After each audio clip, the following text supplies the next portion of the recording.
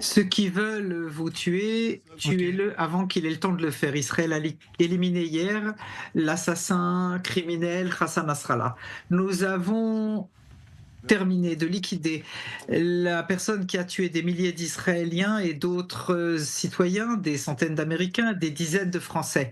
Nasrallah n'était pas un terroriste parmi tant d'autres, c'était l'archi-terroriste, c'était l'axe des axes, le moteur central de l'axe du mal de l'Iran.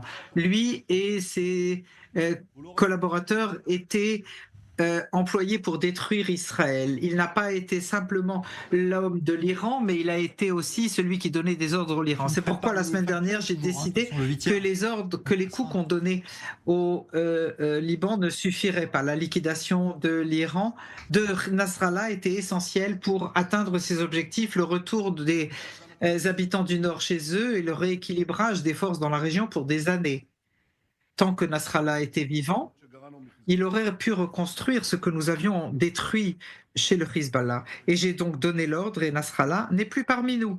Son élimination promeut le retour de nos habitants dans le nord et le retour de nos otages dans le sud. Plus Sinwar verra que le Hezbollah ne viendra pas l'aider, plus les chances de retrouver nos otages grandissent. Je voudrais remercier Tsahal, l'armée de l'air, le Mossad, le Shabak, les renseignements militaires pour leur travail magnifique et aussi aux citoyens d'Israël.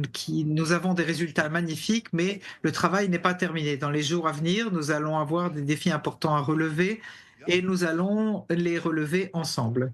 Nasrallah parlait de nous comme si nous étions une toile d'araignée, mais au lieu d'une toile d'araignée, il a découvert là des fils de fer d'un peuple uni et puissant qui veut défendre son avenir et sa survie.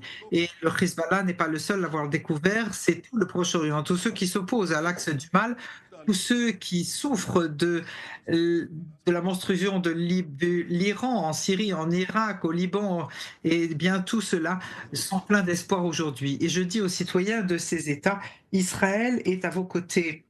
Le régime des ayatollahs, voilà ce que je lui dis. Ceux qui veulent nous attaquer, nous allons l'attaquer en retour. Il n'y a pas de lieu en Iran ou au Proche-Orient où le long bras d'Israël ne puisse arriver. Et aujourd'hui, vous le savez combien c'est vrai.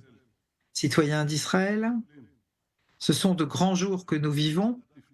Nous sommes aujourd'hui à un tournant historique. Il y a un an, le 7 octobre, nos ennemis nous ont attaqués et pensaient qu'Israël allait être détruite. Un an après coup, résultat après résultat, victoire après victoire, ils comprennent combien leurs espoirs se sont effondrés.